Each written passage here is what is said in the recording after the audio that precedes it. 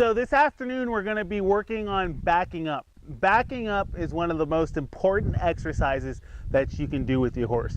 The idea when we ask our horse to back up is we're going to position ourselves in front of our horse and we're going to add energy, driving that energy through our horse's body and backwards in order to encourage them to travel backwards away from us.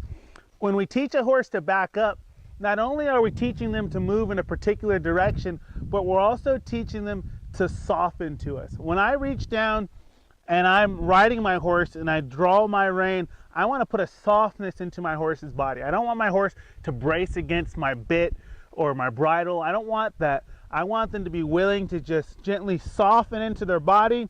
And if I shift and ask for a little bit more, I want to see my horse just kind of soften right into that energy and draw backwards with me. So let's get started.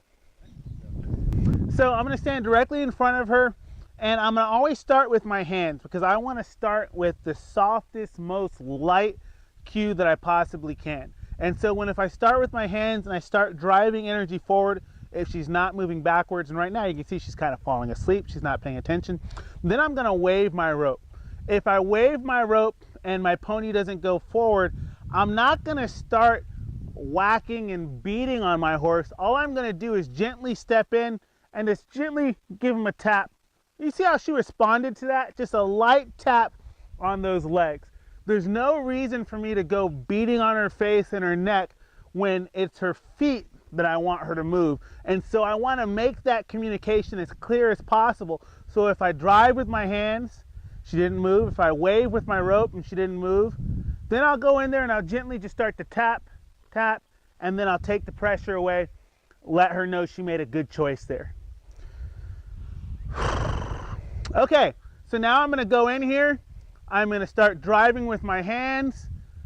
There, she moved off of that. I'm going to let that rope slide out. Take a nice big deep breath. Let her know that she made a really good choice there. Notice as she floats back, I feed that rope to her to give her as much room to travel backwards as she wants. I don't want to discourage that backwards thought. I want her to think backwards. And so as long as she's thinking backwards, I'm going to release that pressure and encourage her to move backwards. A lot of us have the inclination, we might ask our horse to move forward or move backwards. Our horse moves backwards and then we want them to stop, and so we pull on them. And we're sending mixed signals to our horse. If we're working on backing up, let her back up. We can go back and refine and teach her how to stop moving from pressure and energy. But for right now, let's just focus on getting her to move back and freely and not confusing her by as soon as she starts moving back, then pulling her forward and telling her she needs to stand right there. So this time I'm going to see if I can get her to back up just by using my hand motions and kind of driving her backwards away from me. There, that was really good. I wouldn't ask for any more than this in a first session. If I get a good few steps backwards, I'm very pleased with that. And then following days, we can build on that. So remember, when you're backing up, it's not about getting your horse to back up as soon as possible. We're not doing a 4 count and then whacking and beating on our horse. What we want to do is gently encourage our horse to travel backwards, and then when they travel backwards, we're going to take the pressure away.